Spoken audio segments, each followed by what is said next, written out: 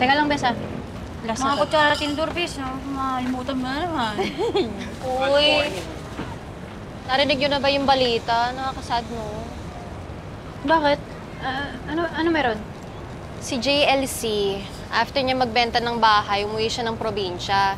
Si Ate Betchay naman, wala rin siyang choice kundi magbenta dahil, di ba, na-hospitalize siya. Ilang araw siyang hindi nakakapagtinda, kaya naipon yung mga bayarin niya. Oo, yung bali-balita nga sa barangay, maliit daw lang daw yung perang inalok sa kanila eh. Ah, talaga? Ganun? Well, walang maliit na halaga sa taong gipit. Pero pansin ko lang, parang iisa lang yung profile ng mga nagbebenta ng lupa sa atin. La, oo nga, no. Kasi si Ate Betchay, emergency yung na-hospital siya. Kaya siya nagbenta ng lupa. Si JLC naman, may emergency din daw. Di, pagka nagkaka-emergency, binibenta nila yung lupa nila. Di ba ganun yun? Ganun na nga. Sad naman. Siyempre, alamat dito si Ate Betchay eh. Kaya ang tanong, sino kayang susunod? Uy, wala naman na sanang sumunod. Huwag natin nga hayaang mangyari yun. Gustuin man natin, mabibigyan ba natin yun? Ay, actually, ang baba ng moral ng mga tao ngayon, parang nawala yung sigla ng lahat. True.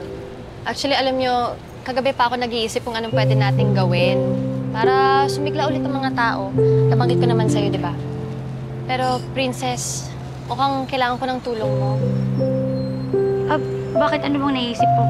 Naisip ko, what if we have a simple dinner para sa ating lahat? Tapos, yung handa natin manggagaling dito sa bangketo. Sa mga vendors natin. Ay, oo, maganda yun. Kasi tama si Cassie. Naramdaman ko rin yun na parang nawala yung moral ng mga taga-sing-kusing eh. Okay ang dinner na yan, tapos kikita pa yung mga taga-bangketo, no? Correct. Uy, hindi rin ako dyan, ha? Sali ako dyan. Oo naman. Ay, sure yeah. Tanuhin natin to para Oo, perfect si lahat. Eddie, sabihan na natin pwede ng iba para makapaganda. Labs! Ikaw ba to? It's nice to see you again. Kinabahan ako. Akala ko ikaw na yung napabalitang vendor na umalis dito eh. Hindi ko kaya. Malulungkot ako. Bakit? Dahil wala ka ng asarel? Galing mo talaga. That's why you're my lovey dubs. You know me so well. Che, nung ka muna. You're so pretty. Why? That's why you love me. Ang aga naman ito. Ayun! Sabi mo nga naman. Princess, tantay. Dasway ka pa dyan.